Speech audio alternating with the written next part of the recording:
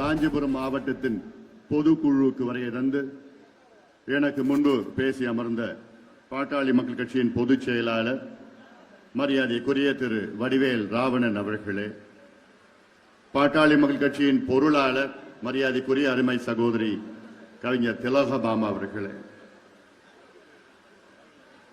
இந்த நிகழ்ச்சியை மிக சிறப்பாக நடத்தி கொண்டிருக்கின்ற பாட்டாளி மக்கள் கட்சியின் தலைமை நிலை செயலாளர் மரியாதைக்குரிய பேராசிரியர் மீகா செல்வகுமார் அவர்களே, முன்னாள் சட்டமன்ற உறுப்பினர்,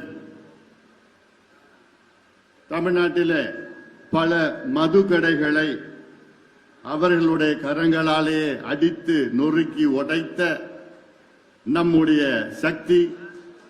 சக்தி கமலாம்பாள் அவர்களே, இளைஞர் சங்கத்தின் மாநில செயலாளர் என்னுடைய அருமை தம்பி பொன் கங்காதரன் அவர்களே, என்னை அன்போடு வரவேற்ற நம்முடைய மாவட்ட செயலாளர்கள் உள்ளிட்ட அனைத்து நிர்வாகிகள், குறிப்பாக என்னுடைய அன்பு தம்பி மகேஷ்குமார் அவர்களே, என்னுடைய அன்பு தம்பி ஹரிகிருஷ்ணன் அவர்களே, என்னுடைய அன்பு தம்பி உமாபதி அவர்களே, அன்பு தம்பி மனோகரன் அவர்களே,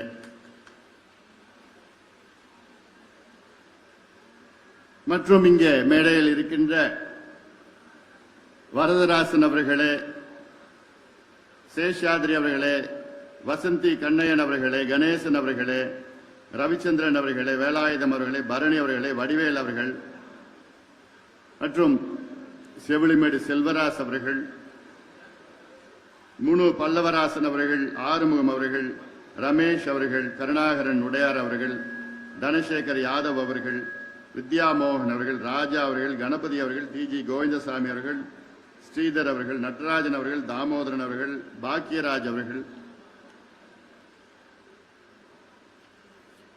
ஒன்றிய நிர்வாகிகள் பூபாலன், சுந்தர், பாஸ்கர், கோபால், சங்கர், ஸ்ரீராமன், பாலாஜி, ஏழுமலை, கார்த்திகேயன், ரஞ்சித், அருண்குமார், வீரமணி, அரவிந்தன், சரவணன், செந்தில்குமார், சிவராஜ், பாலாஜி, மாவட்ட துணை நிர்வாகிகள் வேணு, சிவராமன், KS ரமேஷ், தயாளன், விஜயன், ஞானசேகர், ஆறுமுகம், வெங்கடேசன், பாஸ்கர், ஜெகநாதன், தர்மராஜ், MS மாரி, பாவே ராமதாஸ், சண்முகம், சுப்பிரமணி, ஐயனார், ஒன்றிய பேரூர் நிர்வாகிகள் சீனிவாசன், மூர்த்தி, குணசேகரன், ராஜ், லோகநாதன், சங்கர், கோசலராமன், குரு சுந்தரம், பார்த்திபன், வாசுதேவன், ரமேஷ், புஷ்பராஜ், கோபாலகிருஷ்ணன், லோகு, கார்த்திக், மகளிர் சங்க நிர்வாகிகள் குப்பு, பாலு, சித்ரா, நடராசன் அவர்கள், மகாலட்சுமி, ராமச்சந்திரன், யசோதா, மோகன்தாஸ், எழில், பிரிய, கந்தசாமி, சுமித்ரா, லோகநாதன், தமிழ்ச்செல்வி, உலகநாதன், அன்னபூர்ணி, சுந்தரமூர்த்தி, நித்யா, இளங்கோவன், வரலட்சுமி, சரண்யா, ரேவதி, ரேவதி, மாவட்ட நிர்வாகிகள் மணிகண்டன், சத்யராஜ், அன்பு, ஜெயக்குமார், வினோத்குமார், மகாதேவன், தினகரன், நந்தகுமார், காஞ்சிபுரம் கிழக்கு மாவட்ட நிர்வாகிகள் சீனிவாசன் அவர்கள், ஏழுமலையர், பாபு, சுதாகர், ராஜி, கருணாகரன், சடகோபன், பூபாலன், மொலசூர் ராஜி அவர்கள், சேகர் அவர்கள், கிருஷ்ணப்ப நாயக்கர் அவர்கள், கிருஷ்ணமூர்த்தி அவர்கள், கோபால், தாமோதரன், சதீஷ்குமார், செல்வேந்திரன், ராஜவர்மன், கண்ணன், சந்துரு, சுரேஷ்குமார், செந்தாமரை, சங்கர், சந்தானம், கமலக்கண்ணன், திருநாகரசு, மதுரை முத்து, தனிகாச்சலம், செந்தில், செல்வம், வினோத், ஏகாம்பரம், தயாளன், ஒன்றிய நிர்வாகிகள் பத்மநாபன், கோபு, அருள்ராஜ், நந்தகோபால், கோதன்ராமன், வெங்கடேசன், பூபதி, முருகேசன், ஜெயகாந்தன், தேவேந்திரன், மகேஷ்குமார், ரவி, பாலாஜி, கோபி, குணா, கௌதமன், ரமேஷ்குமார், AK நாகராஜ், கீர்த்திவாசன், விநாயகமூர்த்தி, குமார் அவர்கள் உள்ளிட்ட விட்டு போச்சா இந்த சீட்டு இன்னொரு சீட்டு இருக்குதா? சரி, இந்த சீட்டை எல்லாம் படிச்ச மாதிரி நினைச்சுக்கீங்க.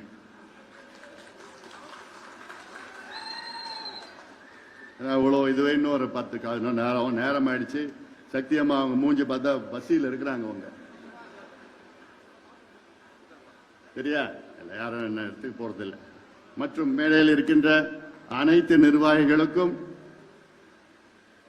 அந்த நோட்டீஸில் இருக்கின்ற அனைத்து பேர்களும் படித்ததாக, என் மனதிற்குள் அதை வைத்ததாக, அதை நீங்கள் ஏற்றுக்கொள்ள வேண்டும். இங்கு வரைய நிற்கின்ற அனைத்து நிலை நிர்வாகிகள், மாநில, மாவட்ட, ஒன்றிய, பேரூர், மாநகர நிர்வாகிகள், அதற்கு மேல் இங்கே இருக்கின்ற ஊடக நண்பர்கள், பொதுக்குழு, அனைத்து நிலை பொதுக்குழு உறுப்பினர்கள், என் உயிரினும் மேலான அன்பு பாட்டாளி சொந்தங்களே, உங்கள் அனைவருக்கும் அன்புமணி ராமதாசன் பணிவான வணக்கங்கள். உங்களை இன்று பார்ப்பதில் எனக்கு மிக்க மிக்க மகிழ்ச்சி.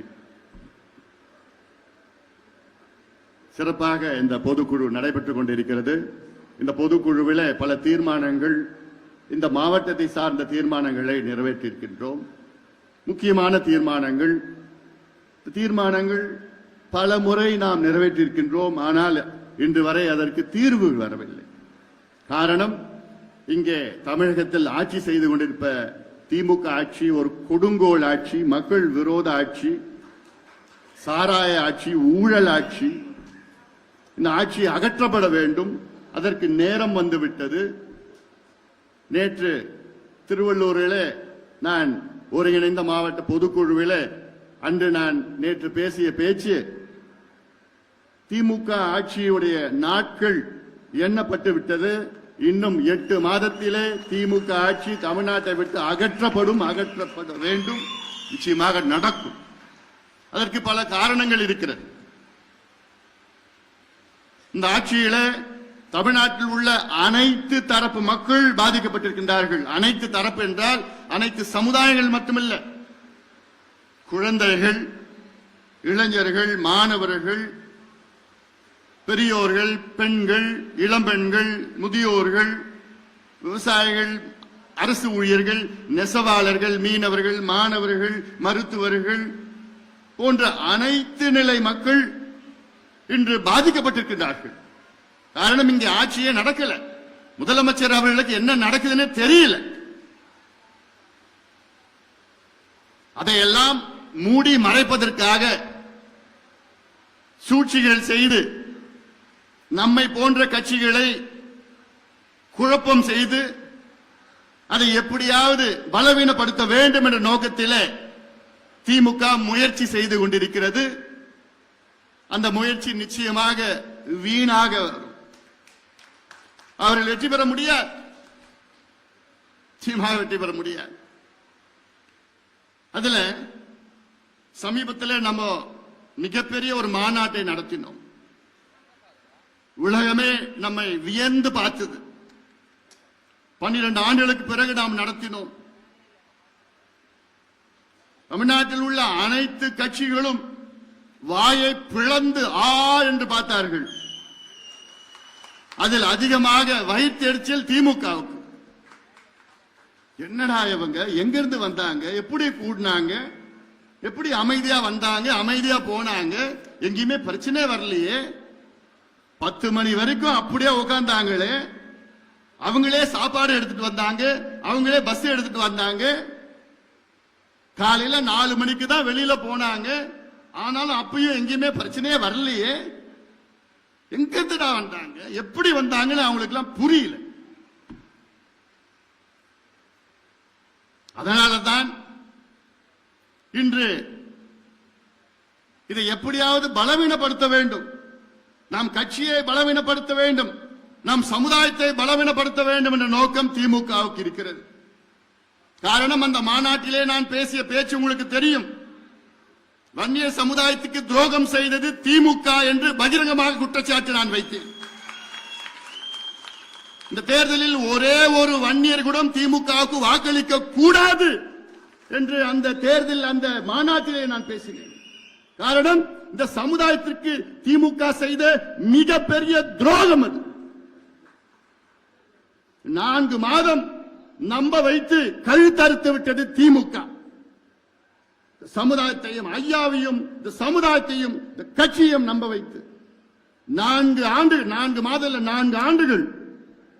4 ஆண்டு காலம் நம்ப வைத்து நான் இந்த சமுதாயத்துக்கு இடஒதுக்கீடு தருகிறேன் தருகிறேன் தருகிறேன் என்று எத்தனை முறை சட்டமன்றத்துக்கு உள்ளேயும் போய் சொல்றார், வெளியிலையும் போய் எத்தனையோ முறை சந்தித்தோம். அப்போ ஒவ்வொரு முறையும் ஐயாவையும் என்னையும் பார்த்து நிச்சயமாக நான் செய்கிறேன் செய்கிறேன் செய்கிறேன்.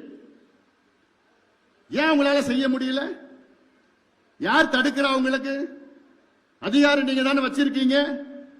முதலமைச்சர் அதிகாரம் நீங்க வச்சிருக்கீங்க, எல்லா அதிகாரமும் உங்ககிட்ட இருக்கு. பேக்வர்ட் கிளாஸ் கமிஷன் அந்த அதிகாரமும் உங்ககிட்ட இருக்கு. எத்தனை முறை நாங்க போய் பார்த்தோம், பார்த்து ஏமாத்திட்டாங்க. அதான் சரி, முதல்ல நாங்க பாக்கிறப்போ எங்களால முடியலன்னா சொல்லிட்டு போக வேண்டியதானே. நாங்க வேற விதத்துல போராட்டம் அதான் பண்ணிட்டு இருப்போமே. ஆனா நாங்க செய்யறேன், கொடுக்கிறோம் நம்ப வச்சு உச்சநீதிமன்றம் தீர்ப்பு கொடுத்து என்ன கொடுத்தாங்க, தமிழ்நாட்டில் வன்னியர்களுக்கு உள்ஒதுக்கீடு கொடுக்க தடை இல்லைன்னு சொல்லிவிட்டாங்க. தரவுகளை சேகரித்து கொடுங்கன்னு சொல்லிட்டாங்க. அந்த தரவுகள் என்ன அமெரிக்காவில் இருக்குது இல்ல சைனாவில் இருக்கா? தமிழ்நாட்டில் உங்க கம்ப்யூட்டர்ல தான் இருக்குது.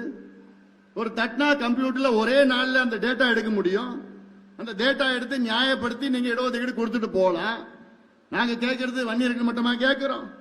வன்னியர்கள் போன்று எத்தனையோ சமுதாயங்கள் இருக்கின்றார்கள். அவர்களுக்கு எல்லாத்துக்கும் சேர்த்து கொடுங்க. பட்டியலின மக்களுக்கும் இன்னும் கூடுதலா 2 விழுக்காடு கொடுங்க. எங்க மாநாட்டிலே நாங்க தீர்மானமா போட்டோம்ல, இந்த மாநாட்டிலே சாதிவாரி கணக்கெடுப்பு நடத்தணும்னு சொன்னோம்ல, பண்ணி செய்து அதை கேட்ப மக்கள் தொகை அடிப்படை மற்றும் சமூக பின்தங்கிய நிலை, பாப்புலேஷன் சோசியல் பேக்வர்ட்னஸ் ரெண்டுமே எக்ஸ்ட்ராபுலேட் பண்ணி இணைத்து இடஒதுக்கீடு எல்லாத்தையும் கொடுங்க கேட்டோம். இல்ல, ஏமாத்திட்டாங்க. இப்போ இந்த மாநாட்ட கூட்டம் பார்த்துட்டு ஸ்டாலின் அவர்களுக்கு பயம் வந்துடுச்சு. தமிழ்நாட்டில் அடுத்த வருகின்ற தேர்தலில் ஒட்டுமொத்த வன்னியர் சமுதாயம் திமுகவுக்கு ஓட்டு போட மாட்டாங்கன்னு முடிவாயிடுச்சு. அந்த பயம் ஸ்டாலின் அவர்களுக்கும் திமுக வந்துடுச்சு. இப்போ வந்த பிறகு என்ன இப்ப பண்ணிட்டாங்கன்னா, நம்ம கட்சியை பலவீனப்படுத்துவதற்கு சூழ்ச்சிகள் நடந்து கொண்டிருக்கிறது. இதை நீங்கள் புரிந்து கொள்ள வேண்டும். இதோ நடக்கிற குழப்பத்திற்கு ஐயாவோ நானோ அது யாருமே இல்லை. இதற்கு யாரு வில்லன்னா திமுக தான் வில்லன். நம்மள போட்டு தப்பான செய்தி, தவறான செய்தி, இவங்க இங்க பண்ணிட்டாங்க, அப்படி வாங்கிட்டாங்க, அப்படி பண்ணிட்டாங்க, இப்படி பண்ணிட்டாங்கன்னு இவங்க சமூக ஊடகத்தில் வச்சுக்கிட்டு நேரடியாக இப்படி செய்தி அவங்களுக்கு வேண்டியவங்க தொலைக்காட்சியில் அவ்வளவு பேர் இருக்கிறாங்க. தினம் இது போன்ற விவாதங்கள் நடந்துட்டு இருக்கு. அதுல என்ன பண்ணிட்டாங்க, நம்ம கட்சியிலையும் சில சூழ்ச்சியாளர்கள் இருக்கின்றார்கள். அது யார் யாருன்னு கொஞ்சம் நாள்ல தெரிய போது நானும் சொல்றேன். பொறுமையா இருக்கு. அவங்க மூலமாக குழப்பங்கள் ஏற்படுத்துகின்ற ஒரு சூழல். திமுகவால நேரடியாக களத்தில் அவங்களால நம்மள சந்திக்க முடியாது. அந்த தைரியம் திமுகவுக்கு இல்ல. எப்படியாவது திமுக அடுத்த ஆண்டு ஆட்சிக்கு வந்துடணும். அதற்கு எந்தெந்த கட்சி எதிரில் யார் யார் இருக்காங்களோ எப்படியாவது உடைக்கணும், பிளவணும், குழப்பம் பண்ணணும். அந்த எண்ணத்துல தான் இப்ப நடவடிக்கைகளை இறங்கி இருக்கிறாங்க. இது வெற்றி பெறாது. இது எல்லாம் உடைத்து எறிவோம். நான் விட போறது கிடையாது. என் மேல விமர்சனம். மகேஷ்குமார் பேசினான் பாரு, ஆரம்பத்தில் என்னமோ பேச வந்தாப்புல நான் தான் வேண்டான்னு சொல்லிட்டேன். இப்படி நான் என்னமோ காசு வாங்கிட்டேன், நான் அது வாங்கிட்டேன், இது வாங்கிட்டேன். என் கட்சிக்கும் என்னுடைய சமுதாயத்துக்கும் நான் துரோகம் பண்ணனா அதுதான் என் வாழ்நாளில் கடைசி நாளாக இருக்கும்.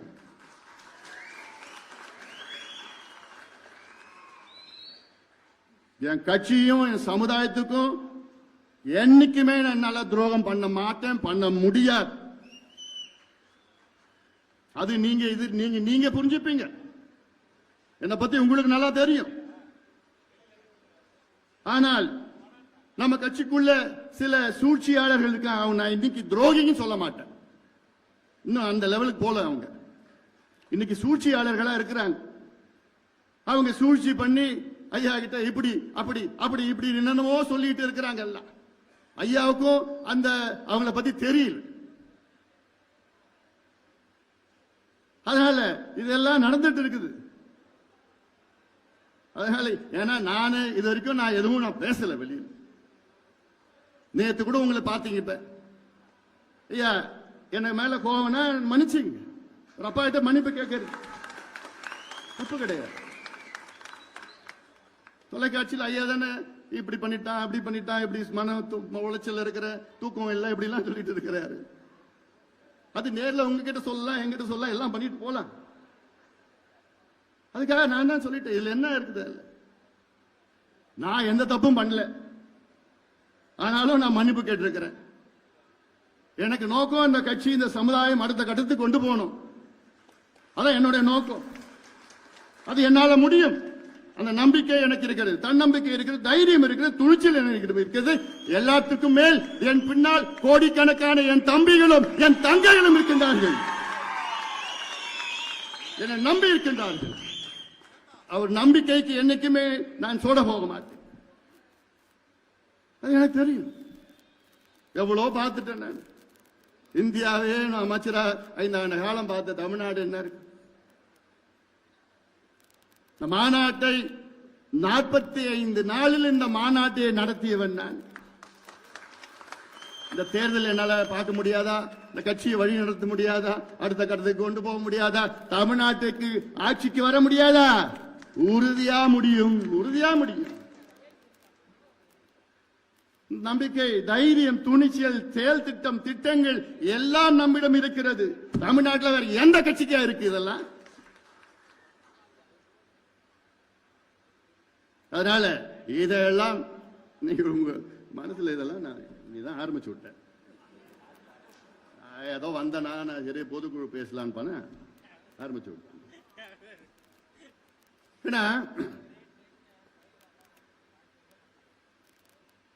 அமைதியா இருப்பது என்னுடைய பலம், என்னுடைய பலவீனம் கிடையாது, என்னுடைய பலம்.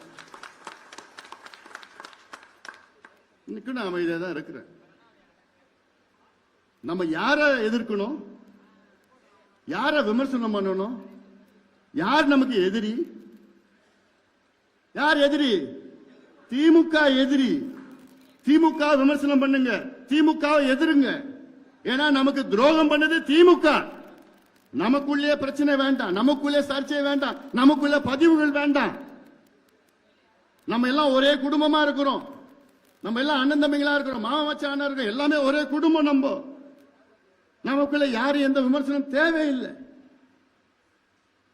சூழ்ச்சியாலே நம்ம எதிர்க்கிறான், களத்தில் அவனால நிக்க முடியாது. அவ்வளோ பெரிய கூட்டம், அவ்வளோ கூட்டம் வந்தது. எப்படி வந்தாங்க? பாசத்துல வந்தாங்க, பாசத்துல வந்தாங்கய்யா, ரத்த பாசத்துல வந்தாங்கய்யா. இது திமுக முடியுமா? இல்ல வேற எந்த கட்சியால முடியுமா? தமிழ்நாட்டில் ஒரே மாதம் வாங்கடா என் தம்பிகளா, என் தங்கைகளா, என் அண்ணன்மார்கள், அக்காமார்கள், தாய்மார்கள், வாங்க வாங்கன்னு ஒரு அழைப்பு. அத்தனை லட்சக்கணக்கான என் சொந்தக்காரங்க வந்து நிக்கிறாங்க. இது வேற யாருக்கு இந்த கொடுப்பினை இருக்கு? எனக்கு இருக்கு, இந்த கொடுப்பினை இருக்கு, எனக்கு இருக்கு.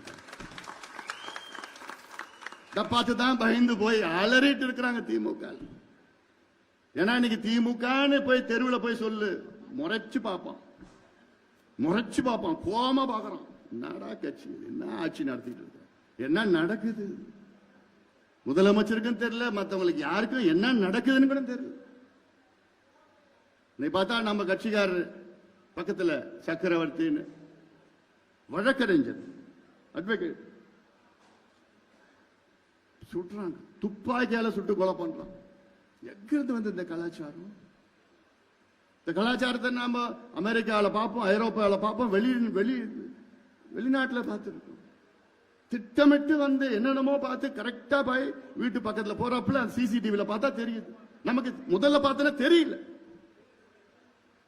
போஸ்ட்மார்ட்டம் ரிப்போர்ட் வந்ததான் பார்த்தா துப்பாக்கியில சுட்டு குண்டு உள்ள இருக்கு.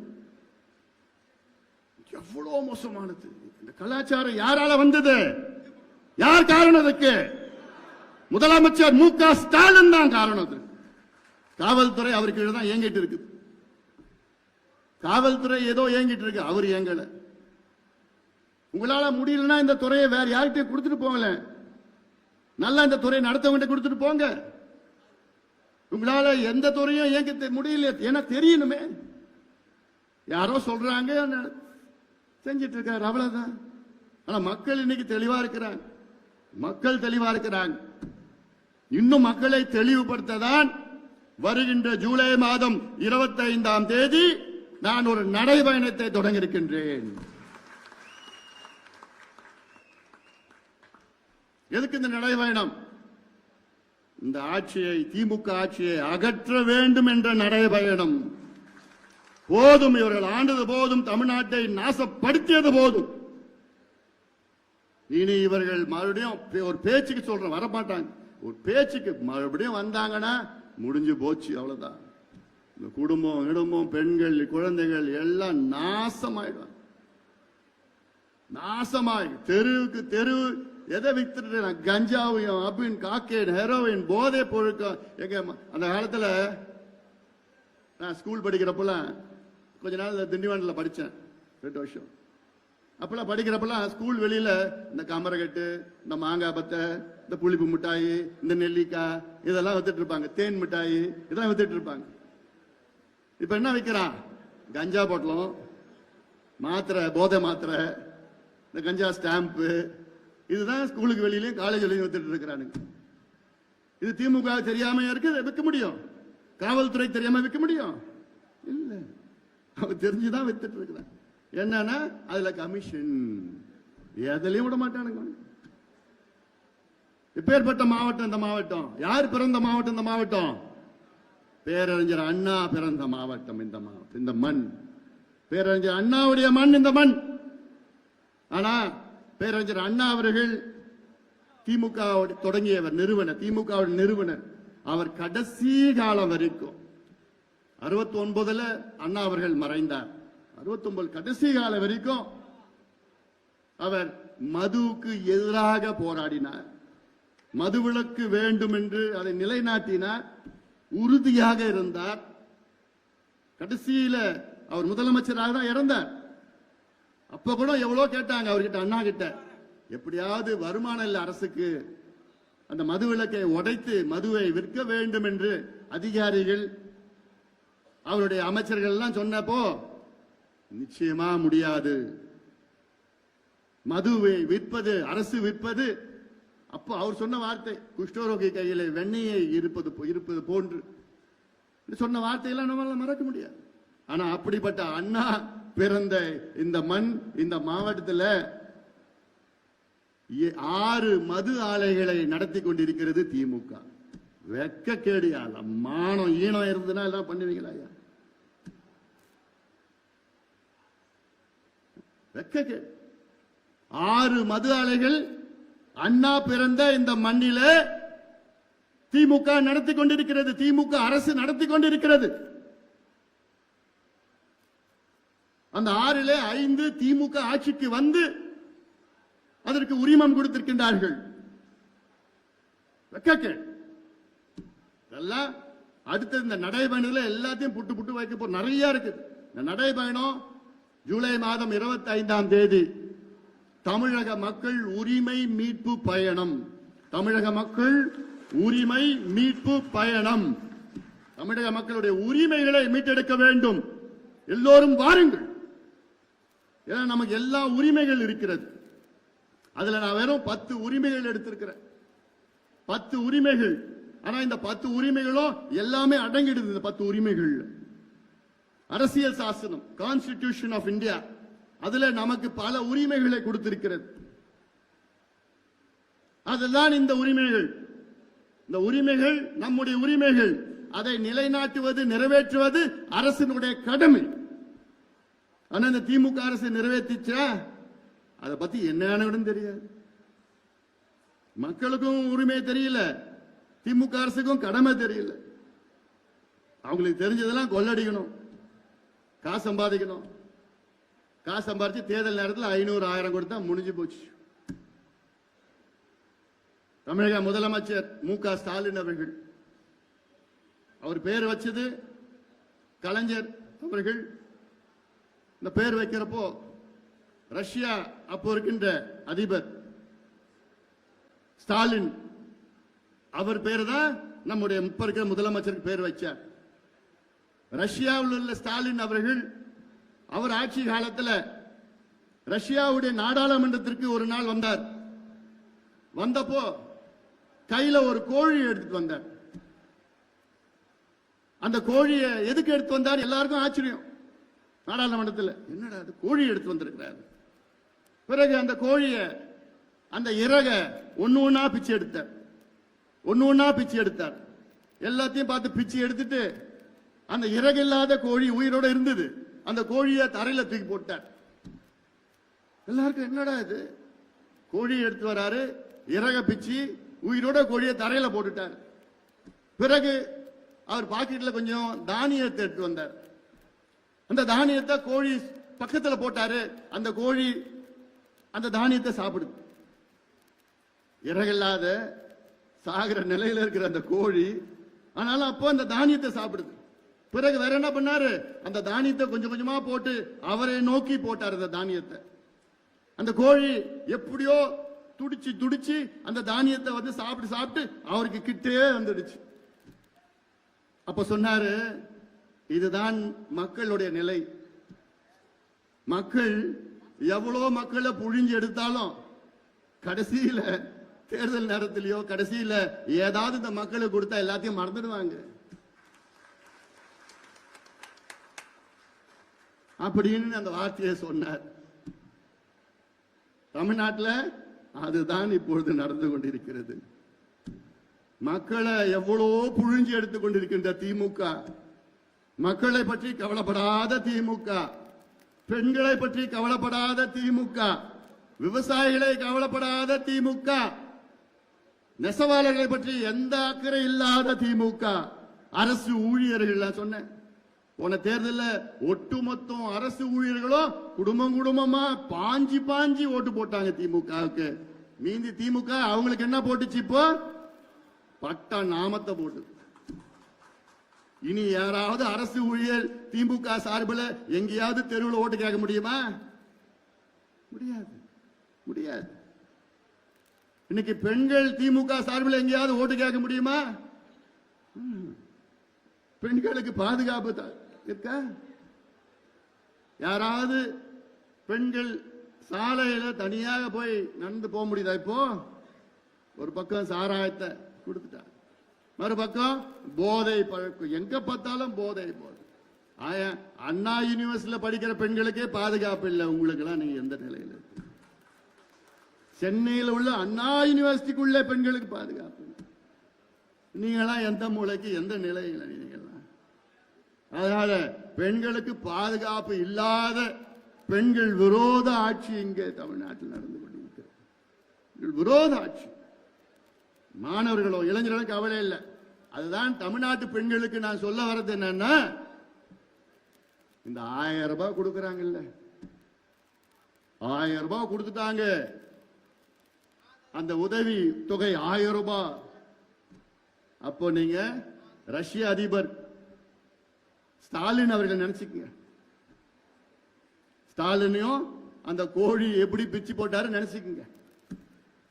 இதுதான் உங்களுக்கு தமிழ்நாட்டில் உள்ள பெண்களுக்கு ஒரு கதை. இது பாடம், உங்களுடைய வாழ்க்கை பாடம். அது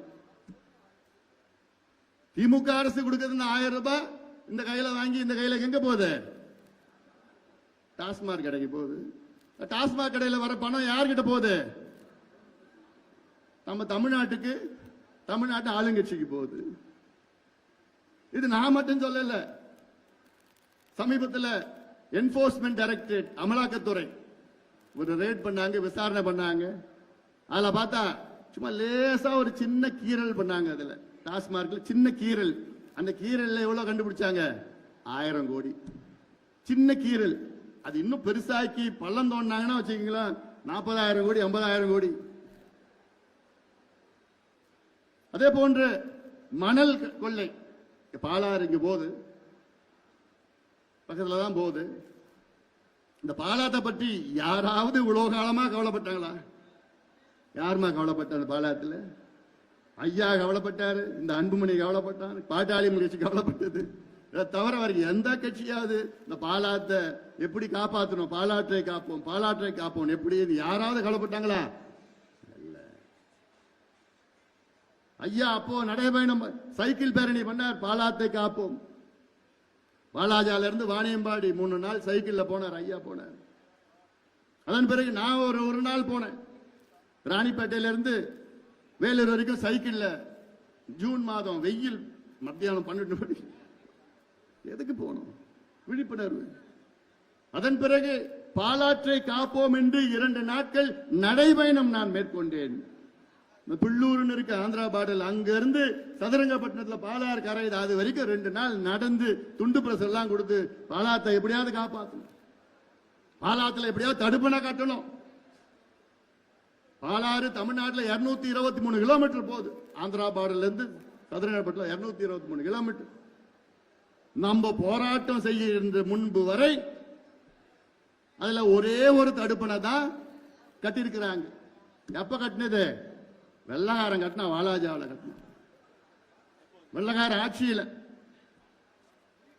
இதே ஆந்திரா, இதே பாலாத்துல மொத்தம் ஆந்திராவில் பார்த்தா 32 கிலோமீட்டர் தான் ஆந்திரா வழியா வருது. கர்நாடகாவில் தொடங்குது பாலார், ஆந்திராவில் 32 கிலோமீட்டர் தான் உள்ள வருது. அந்த 32 கிலோமீட்டர்ல 22 தடுப்பணை ஆந்திரா கட்டிட்டான். ஆனா நம்ம 223 கிலோமீட்டர்ல ஒரு தடுப்பணை வெள்ளக்காரன் கட்டினான். இப்ப வர கொள்ளக்காரங்களாம் ஒண்ணும் கட்டல. ஏன் கட்டல? ஏன் கட்டல? மணல் கொள்ளடிக்க முடியாது. தடுப்பணை கட்டிட்டா மணல கொள்ளடிக்க முடியாது. எவ்வளவு பாவம், படுபாவம் இது, படுபாவம். ஆனா நம்ம போராட்டம் பண்ணி இன்னைக்கு 3 தடுப்பணை கட்டி இருக்கிறாங்க. யாருனால? பாட்டாளி மக்கள் கட்சியினால 3 தடுப்பணை பாலாத்துல கட்டி இருக்கு. வேற யாருமே காரணம் இல்லை. அவங்க சொல்லிக்கலாம், நாங்க தான் கட்டணும், நாங்க தான் கட்டணும். ஏன் 67 இருந்து ஆட்சி பண்றீங்களே, அப்ப கட்ட வேண்டியதானையா? நாங்க போராட்டம் பண்ணி, நடைபயணம் பண்ணி, சைக்கிள் பயணம் பண்ணி, போராட்டம் பண்ணி, அதுக்கப்புறம் சொல்லிதான் அப்புறம் இப்ப கட்டியிருக்கீங்க. அங்க கருங்குழியில ஒரு தடுப்பணை இருக்குது. ஈசூர், மூத்தூர், வாயிலூர் அந்த பக்கத்தில் இருக்கு. இன்னும் மூத்தூர், ஈசூர், மூத்தூர், அங்க ஒரு தடுப்பணை போராட்டம் பண்ணி அங்க கட்டிட்டாங்க. அந்த தடுப்பணை கட்டின பகுதியில் திமுக சார்ந்த ஒரு பஞ்சாயத்து தலைவர் இந்த மாநாடு, பன்னீர்சங்க மாநாடு முன்பு என்னுடைய அலுவலகத்தில் என்ன பார்த்தார். கரை வேட்டி கட்டி தான் வந்தார். பார்த்துட்டு அந்த மாநாட்டுக்கு ஒரு 10,000 ரூபாய் நிதி கொடுத்தார். கொடுத்துட்டு அவர் சொன்னாரு, ஐயா எனக்கு அவரு ஊர் பாலாத்துல இருந்து 10 கிலோமீட்டர் தள்ளி உள்ள இருக்கு. அவர் சொன்னார், ஐயா எனக்கு 26 ஏக்கர் நிலம் இருக்கு. இவ்வளவு வருஷமா நான் அந்த 26 ஏக்கர்ல வெறும் 6 ஏக்கர் தான் என்னால விவசாயம் பண்ண முடிஞ்சது. கிணத்து விவசாயம், கிணத்து பாசனம். ஆனா என்னைக்கு இந்த தடுப்பணை கட்டினாங்களோ ஆண்டு முழுவதும் என் கிணத்துல முழுசா தண்ணி இருக்கு. 26 ஏக்கர்ல நான் இன்னைக்கு 22 ஏக்கர் நான் விவசாயம் பண்றேன். அவ்வளோ தண்ணி இறைச்சியும் என் கிணத்துல 3/4 தண்ணி எப்பவுமே இருந்துட்டு இருக்கு. இதற்கு காரணம் நீங்க தான் என் காலை பிடிச்சி சொல்றாரு, ஐயா நீங்க தான் சொல்லிட்டு திமுகவில் ஒரு பஞ்சாயத்து ஊராட்சி மன்ற தலைவர், ஐயோ காலெல்லாம் விழாதீங்க, கடமையை தான் நாங்க பண்ணோம். இது ஒரு சாதாரண ஒரு உதாரணம். அப்போ ஒரு தடுப்பணை கட்டினா சுத்தி 10 கிலோமீட்டர் 20 கிலோமீட்டர் உள்ள கிணறு, போர், கீரு எல்லாம் அவ்வளோ நன்மை ஒரு மேலே ஏறிடுது. இதாயா வேணும், இதுதானே நாங்க கேட்கிறோம், இதுதானே நாங்க செய்வோம். எங்களுக்கு ஆட்சி அதிகாரம் இருந்ததுன்னா கையெழுத்து டக்கு டக்கு டக்கு டக்குன்னு பாலாத்திலையா ஒவ்வொரு 10 கிலோமீட்டரும் தடுப்பணை கட்டு, 23 தடுப்பணை டக்கு டக்கு டக்குன்னு கட்டிடுவோம். மழை காலத்துல மட்டும்தான் தண்ணி வருது. முன்னெல்லாம் ஒரு காலத்தில் பால் போன்ற ஆறு 2 கரையை புரண்டு போவோம், பால் ஆறுன்னு வச்சாங்க. இப்ப ஆந்திராவில், கர்நாடகா தடுப்பணை கட்டிட்டான். இதெல்லாம் உங்களுக்கு சொல்லி இதெல்லாம் நீங்க செய்யணும். அதுக்காக தான் இப்போ இந்த நடைபயணம். இதுல 10 உரிமைகள். இந்த 10 உரிமைகள்ல முதல் உரிமை சமூக நீதிக்கான உரிமை, ரைட் டு சோஷியல் ஜஸ்டிஸ். இதுல எல்லாமே அடங்கிடும். இதுல தமிழ்நாட்டில் 69 விழுக்காடு இடஒதுக்கீடு பாதுகாக்கப்படும். வன்னியர்களுக்கு உள்ஒதுக்கீடு, வன்னியர்கள் போன்ற மற்ற சமுதாயங்களுக்கு உள்ஒதுக்கீடு, பட்டியலின மக்களுக்கு 2 விழுக்காடு அதிகமாக கூடுதலாக ஒதுக்கீடு, எல்லாருக்கும் கல்வி, எல்லாருக்கும் வேலை வாய்ப்பு, இதெல்லாம் ரைட் டு சோஷியல் ஜஸ்டிஸ். அடுத்தது வன்முறை இல்லா வாழ்வுக்கான மகளிர் உரிமை, women's right to live free from violence, பெண்கள் வன்முறை இல்லாத ஒரு சூழலில் பெண்கள் வாழ வேண்டும் என்ற உரிமை எல்லா பெண்களுக்கும் இருக்கு. எல்லா பெண்களுக்கும் இருக்கு. அந்த உரிமையை நிலைநாட்டுவது, நிறைவேற்றுவது கடமை. அந்த கடமை தமிழக அரசுக்கு இருக்கு. ஆனா அதை பத்தி ஸ்டாலினுக்கும் அதுக்கும் எந்த சம்பந்தமே கிடையாது. ஏன்னா செய்யற கொடுமைகள்லாம் யார் செய்யறா? ஆளுங்கட்சிக்காரன் தான் செஞ்சிட்டு இருக்கிறாங்க. அவங்கிட்ட போய் செய்யறவங்கிட்டயே போய் பஞ்சாயத்து கேட்டா என்ன பண்ணுவான்?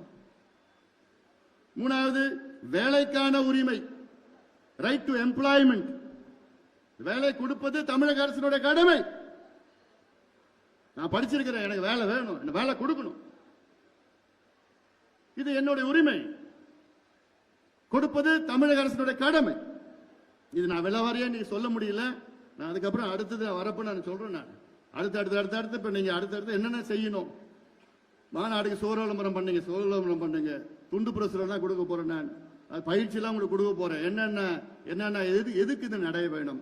100 நாள் நடைபயணம். ஜூலை 25ஆம் நாள் நம்முடைய இனமான காவலர் சமூக நீதி போராளி மருத்துவர் ஐயாவுடைய பிறந்த நாள். 100 நாள் நவம்பர் 1ஆம் தேதி வரைக்கும் அந்த நடைபயணம் நிச்சயமாக இந்த அரசை அகற்ற வேண்டும் என்ற நோக்கத்தில் உள்ள அனைத்து மக்களும், அனைத்து தரப்பு மக்கள், நீங்க இந்த கட்சியில் இருக்கணும் அவசியம் கிடையாது, எல்லாமே வாங்க. நடைபயணத்தில் எல்லாத்துக்கும் ஆதரவு கொடுங்க. திமுக ஆட்சி அகற்ற வேண்டும், திமுகவை வீட்டுக்கு அனுப்ப வேண்டும் என்ற உணர்வு, அந்த சிந்தனை உள்ள அத்தனை பேரும் இந்த நடைபயணத்தில் நீங்கள் எல்லோரும் பங்கெடுக்க வேண்டும். அடுத்தது வளர்ச்சிக்கான உரிமை, ரைட் டு டெவலப்மெண்ட், அடிப்படை சேவைக்கான உரிமை, ரைட் டு பப்ளிக் சர்வீசஸ், கல்வி நலவாழ்வுக்கான உரிமை, right to health and right to education, மது போதை பொருட்களால் பாதிக்கப்படாமல் இருக்கும் உரிமை, right to be free from alcohol and drug harm, நீடித்திருக்கும் நகர்ப்புற வளர்ச்சிக்கான உரிமை, right to sustainable urban development, ஆரோக்கியமான சுற்றுச்சூழலுக்கான உரிமை, ரைட் டு ஹெல்தி என்வாயர்மெண்ட். இதெல்லாம் நிலைநாட்டி, இது எல்லாமே நம்ம உரிமைகள்மா.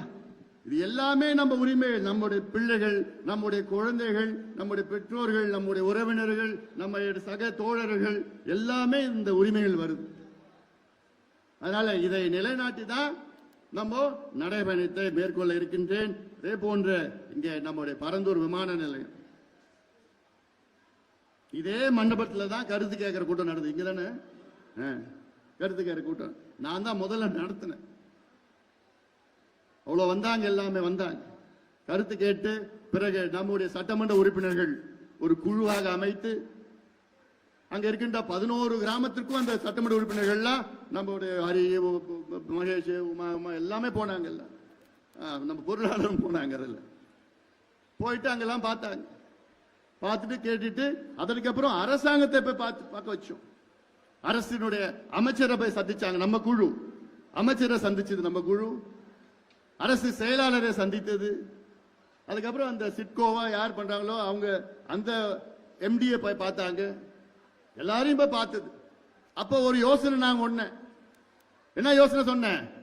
எதுக்கு இங்க மக்களை அப்புறப்படுத்தணும்? இங்க விவசாய நிலம் இருக்கு, அவ்வளோ ஏரிகள் குளங்கள் இருக்கு, இயற்கை வளம் இருக்கு.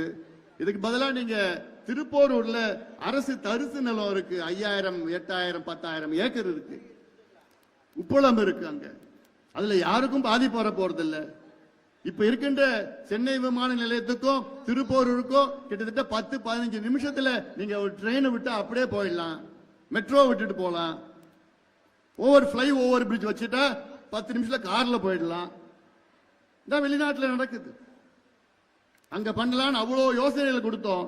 ஆனா திமுக அரசு பிடிவாதமாக பரந்தூர்ல தான் நாங்க விமான நிலையம் அமைப்போம் பிடிவாதமாக இருந்து கொண்டிருக்கின்றார்கள். அதுக்கு என்ன காரணம்னு உங்களுக்கும் தெரியும். என்ன காரணமா? திமுக பெரும் கம்பெனி வச்சிருக்கிறாங்க, ரியல் எஸ்டேட் கம்பெனி எல்லாம் வச்சிருக்கிறாங்கல்ல, அவங்க எல்லாமே பரந்தூர் விமான நிலையம் சுத்தி சுத்தி சுத்தி சுத்தி நிலத்தை வாங்கி வச்சுட்டானுங்க.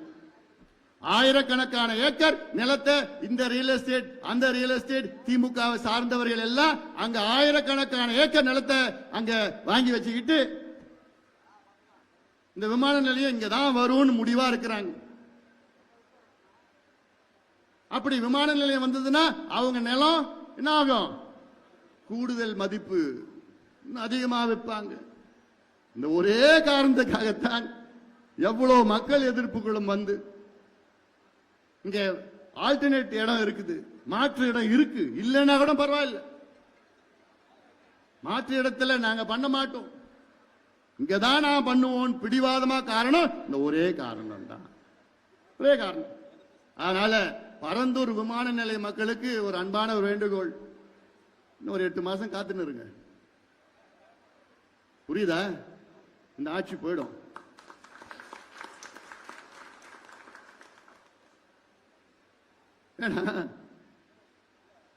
இது மக்கள் விரோத ஆட்சி. மக்களை பற்றியோ யாரை பற்றியோ கவலை இல்லை, சிந்தனைகள் இல்லை. காஞ்சிபுரம் இந்த மாவட்டத்தில் 50 சொசைட்டி மேல இருக்கு, நெசவாளர்கள் சொசைட்டி இருக்கு, 50க்கு மேல இருக்கு கூட்டுறவு சங்கங்கள் இருக்கு. அதுல கிட்டத்தட்ட 30,000 நெசவாளர்கள் பதிவு பண்ணிருக்கிறாங்க. ஆனா அதுல 30,000 நெசவாளர்கள் வெறும் 10,000 பேர் தான் இந்த தொழிலை செய்யறாங்க. ஏன்னா நலிந்து போயிடுச்சு, விலை இல்லை, வறுமையில் இருக்கிறாங்க.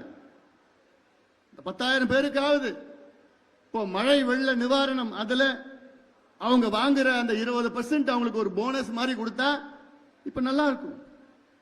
பட்டு பூங்கா, பட்டு பூங்கான்னு சொன்னீங்க, அது பட்டு பூங்கா கிடையாது, அது ஊழல் பூங்காவை மாறிடுச்சு. அது ஒன்னும் நடக்கல. இப்படி எல்லாம் அடுக்கிட்டே போயிட்டு இருக்கலாம். இங்க ஒரு மருத்துவ கல்லூரி வேணும், இருக்குதா? எப்போ வரும்? தலைநகரம் இது, ஒரு மருத்துவக் கல்லூரி இல்லை. திமுக ஆட்சிக்கு வந்து 4 ஆண்டுகள் ஆகிறது. இந்த 4 ஆண்டுகள்ல ஒரே ஒரு புதிய மருத்துவக் கல்லூரி கூட இவங்க தொடங்கல. ஏன் நான் உங்ககிட்ட இதெல்லாம் சொல்றேன்னா, நீங்கள் உள் வாங்கி இந்த செய்தி எல்லாம் எல்லாத்துக்கும் நீங்க சொல்லணும். அதான் நம்முடைய பொதுக்குழுனா, இது எது பொது கூட்டம் கிடையாது. நான் சொல்ற செய்தி எல்லாமே நீங்கள் உள் வாங்குங்க. உள் வாங்கி மற்றவர்களுக்கு நீங்கள் இதையெல்லாம் நீங்கள் சொல்ல வேண்டும் என்று இந்த நேரத்திலே நான் உங்களிடம் கேட்டுக்கொள்கின்றேன். அதனால இதை நீங்கள் மனதிலே வைத்துக் கொள்ளுங்கள். அடுத்து இப்ப நம்ம உறுப்பினர் அட்டை கொடுத்திருக்கிறோம். உறுப்பினர் சேருங்க, வேகமா சேருங்க. கிளைகளை புதுப்பிக்க வேண்டும். வாக்குச்சாவடி முகவர்கள், பூத் ஏஜென்ட் 10 பேர், அதுல நீங்க லிஸ்ட் எடுங்க.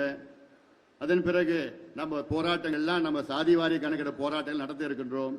அடுத்த மாதம் என்ன? நடைபயணம். முக்கியமானது நடைபயணம். திமுகவை அகற்றுகின்ற, ஆட்சியிலிருந்து அகற்றுகின்ற நடைபயணத்தை நாம் மேற்கொள்ள இருக்கின்றோம். அதில் நீங்கள் எல்லோரும், நீங்கள் எல்லாம் திட்டமிட்டு எல்லோரும் ஆதரவு பெருக்க வேண்டும். இந்த ஒட்டுமொத்த மாவட்டமும் எல்லாமே, அனைத்து தரப்பு மக்கள் எல்லோரும் வர வேண்டும் என்று இந்த நேரத்திலே நான் அன்போடு நான் கேட்டுக்கொள்கின்றேன். அடுத்தடுத்தாக வேலை திட்டத்திலே நாம் இறங்குவோம். நமக்குள்ள எந்த பதிவு அதெல்லாம் எதுவும் வேண்டாம். நமக்கு எதிரி யாரு? திமுக. திமுக ஆட்சியை அகற்ற வேண்டும். அது வரைக்கும் நாம் ஓயக்கூடாது. அவர்கள் என்னென்ன சூழ்ச்சியில் எப்படியோ பண்ணிட்டு இருப்பான், இன்னும் அதிகமா சூழ்ச்சி பண்ணுவாங்க, எல்லாம் பண்ணுவாங்க. அது அத்தோனையும் இந்த அன்புமணி முறியடிப்பான். அதனால சந்தேகமே யாருக்கும் வேண்டாம். அதனால நாம மாட்டம் வேலையை பார்த்துட்டு போவோம். யாரு நம்மளை பத்தி என்ன பேசினாலும் என்னன்னு தட்டிட்டு போ, தூசி தட்டுற மாதிரி தட்டிட்டு நம்ம மாட்டம். வேலை திட்டம் இருக்கிறது. இந்த திமுக கொடுங்கோல் ஆட்சி, மக்கள் விரோத ஆட்சி, திமுக ஆட்சியை அகற்றுவோம்.